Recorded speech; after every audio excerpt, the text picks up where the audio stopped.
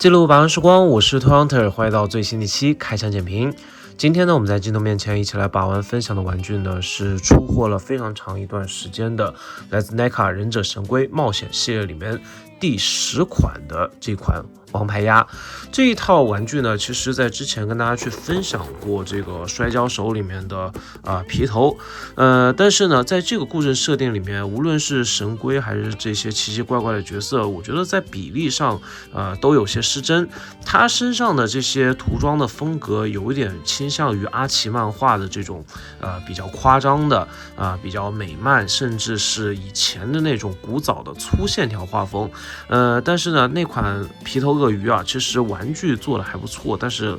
整个个头还是太小了。相比起幻影漫画系列的这个皮头来说，这款皮头虽然有一些不错的这个造型表现，但是整个体量和那一款是没有办法相提并论的。当然价格方面呢也是大相径庭了。那回到这款玩具王牌鸭这个角色呢，其实我对于他在漫画里甚至在动画片里面的表现并不熟悉啊。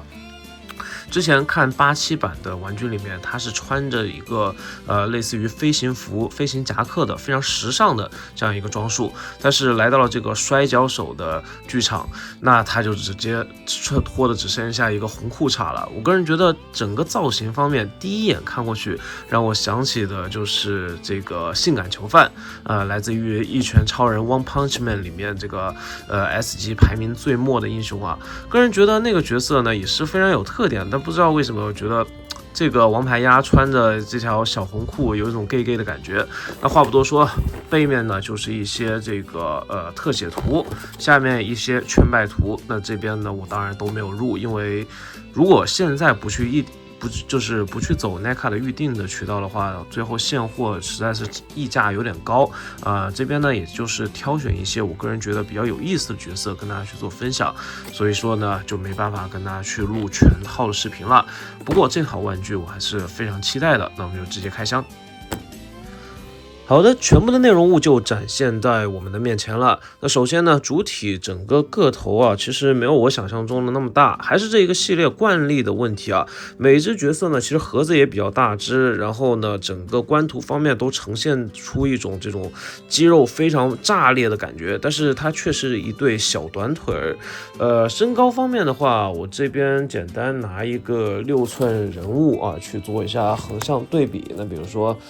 一般在我们手边的蜘蛛侠，它确实是能够达到差不多一个小型组合人的身高，但是也就仅此而已，并不是特别惊艳的那种庞然大物。那其他的配件我们简单来看一下，替换头雕2只，待会儿我们来看细节，好折凳1把。像这种折叠椅呢，其实在 WWE 的赛场上也是经常可以见到的。这边呢也是点缀了一些漫画风格的这种划线，而且呢说到底啊，这个折叠椅呢，还是真的可以拿给比如说1:12的人物去进行使用的。它这个地方有做这种小型的滑槽，这边就是已经可以做成一个完整的椅子我觉得掰一个6寸人偶放在这个地方做一做，作为一个场景配件相当不错。手型方面这一次比较有意思啊，默认的是握拳手型，我也把王牌鸭摆出了这个正斩双弓2的造型。这边成对的手型有这个开掌手。这个开掌手呢，比如说做这种摔跤类的格斗起势也是没有问题，把它当做放松手型。然后握持手型，这个握持手型呢，其实拿这个折凳去砸别人也是 OK 的，没有其他兵器了，反正就是这个样子。那剩下的这个手型呢就比较有意思了，一个是我也不知道这个手型应该叫什么，反正是另外一种姿势的开掌手型，那有一种蓄势待发的样子。另外一种呢，则像是在比心，或者说是你过来呀这种挑衅手型，反正挺有特点的。但是王牌鸭这个角色我并不是特别熟，所以说这个手型方面我也不太会用，主要还是得看这次的主体部分。这次主体部分我们来一个从下往上的视角吧，毕竟是一个肌肉怪。鸭子嘛，我们看一下它360旋转一下，给大家看一下身上的细节。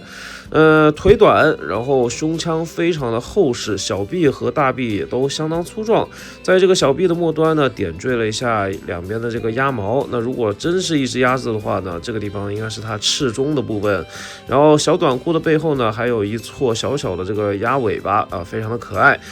这一对这个翅膀呢，也是让我觉得它很像性感囚犯的主要原因啊。因为性感囚犯它不是有这个 angel style， 就是这个天使形态嘛。这个天使形态呢，它就背后长出来像光翼一样的这种东西。这次王牌鸭让我比较诧异的就是它这个翅膀呢，竟然设置了这个可动关节。但是鉴于这个 NECA 的全涂装以及可动性，还有它的这个材料的原因，我这边不太敢把它去做转动啊，因为我感觉它这个本身的去除掉全涂装之后，本身的这个蜡一样的这个材料呢，还是比较脆弱的。这边就给大家展示一下，忽闪一下它的小翅膀。那看到正面呢，我们还是从头雕开始仔细看起。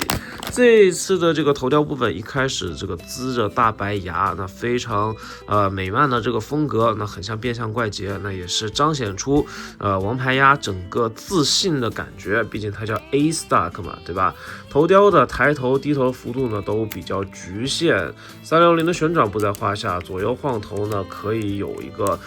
各30度的幅度。那手臂非常紧的这个关节旋转，二头肌的这个幅度呢其实是不到90度的，很紧啊。我们在镜头面前就是把玩的时候还要小心一点，不然的话我怕把这边这个小毛发的部分搞断。然后它这个关节呢也是单关节，在二头肌上面呢这个插了一根轴，然后可以进行一定程度的旋转。我觉得它已经设计的还不错了，毕竟 NECA 的大部分忍者神龟系的玩具，包括其他的就是系列啊，你比如说这个铁血战士啊，它主要是还是看一个外观，但是可动性呢基本上就当它是送的啊。胸腰关节我们简单来看一下，挺胸幅度，如果这是中立位的话，挺胸幅度哇好紧啊。那基本上就没有。弯腰幅度呢，很紧，非常紧，有大概10度左右的水平。挺胸弯腰大概就是这个程度了，已经很难掰了。左右侧腰呢各5度左右的一个水平。360旋转的转腰，我不建议大家尝试啊，非常生涩的这个关节。虽然我感觉这个球装还是非常粗壮的，但是呢，有可能因为它的旋转把这个覆盖上面的漆面给破坏掉。NECA 不同于麦克法兰和孩之宝，他们非常坚持在这种类似于这个白蜡的关节上面啊，你可以看到这个漆膜下面是一个很白的那种关节，在这种材料上面去附着全涂装。他们家的产品都是这个样子，即使说你在做这个可动 pose 的时候，把这个漆膜磨掉，他们也在所不惜。反正所有的产品都是这个样子，我也不知道他为什么非要这么设计。这个漆膜的覆盖肯定是不是为了增加玩具的阻尼感的，但是不如说直接开这个塑料原色，我觉得会更加省成本一些。可能这个厂牌确实是有自己什么就是独特的坚持吧，就是想把这个全涂装做得非常到位啊。当然，我觉得无可厚非，那也保持住了这个厂牌的自己的特色。然后这个红内裤呢，确实是非常抢眼啊，但是呢，确实在对它的可动性上面没有提供任何的帮助。脚部的这个髋关节非常常规的设计，大球关再加上一个套轴，可以实现一定程度的大腿根部的平转，但是非常的局限，甚至不如这个老麦的一些超级英雄的可动啊。反正这个屁股蛋可以转到外面来，但转到外面来的话呢，这个造型呢就有点pussy 了，有点 gay 了，反正很奇怪。那张开的这个幅度非常有限，前踢幅度也是很有限往前踢除非把这个大腿往外展，不然的话很难踢到90度，大概就只有45度左右的水平。然后屈膝幅度非常紧，这个屈膝关节好紧，90度极限了，就只有这个程度非常的可惜啊。脚部的这个大蹼子倒是接地，以及它的稳定性，还有它这个肘关节都非常紧实这一点倒是一个非常好的消息啊，就是你不用怎么去调整它，这么大的一个脚掌随便一摆，它就可以站得很稳，甚至都不用管它。剩下2个头雕我们简单来看一下。那首先呢是这个不屑的这个表情，或者说有一点那种大力王啊挑眉的那种感觉。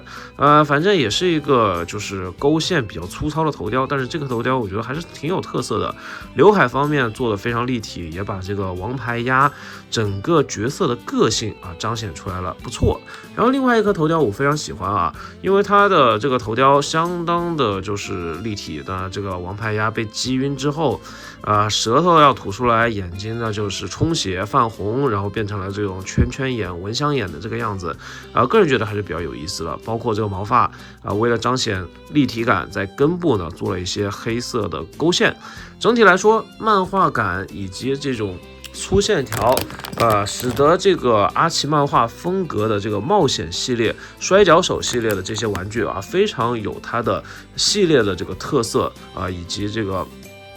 造型与美术的表达。但是呢，有一说一啊，作为忍者神龟的玩具，其实说实话呢，就是收一些变异的角色以及怪物。这款王牌鸭作为怪物来说的话呢，实在是怎么说呢，有点太过于干净了。身上的这个肌肉块呢，就是有，但是刻画的非常像希曼的5.5寸。背后的这个小翅膀呢，也做了一定程度的可动，但是很可惜啊，这个根部这个回弹让我完全不敢把玩。翅膀上面的这个细节呢，也是都靠勾线啊去进行实现的。本身来说呢，应该算是个槽点，但是总的来说呢，比较符合它一整场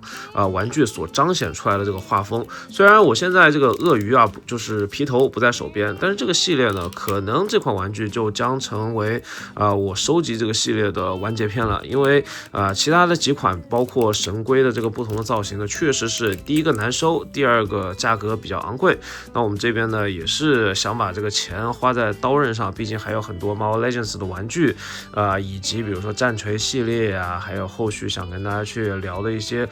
比如说国魔的系列，那些兽人啊等的一些东西我都很喜欢，但是呢，毕竟预算是有限的嘛，那这边呢就只能就是聊到这里。那今天把玩分享就到这边，你会入手这款属于 NECA Adventure 摔跤手系列里的王牌鸭吗？下面留言跟我一起讨论分享吧。我是头鸭 Hunter， 下期再见，不见不散，记得关注这个频道，拜拜。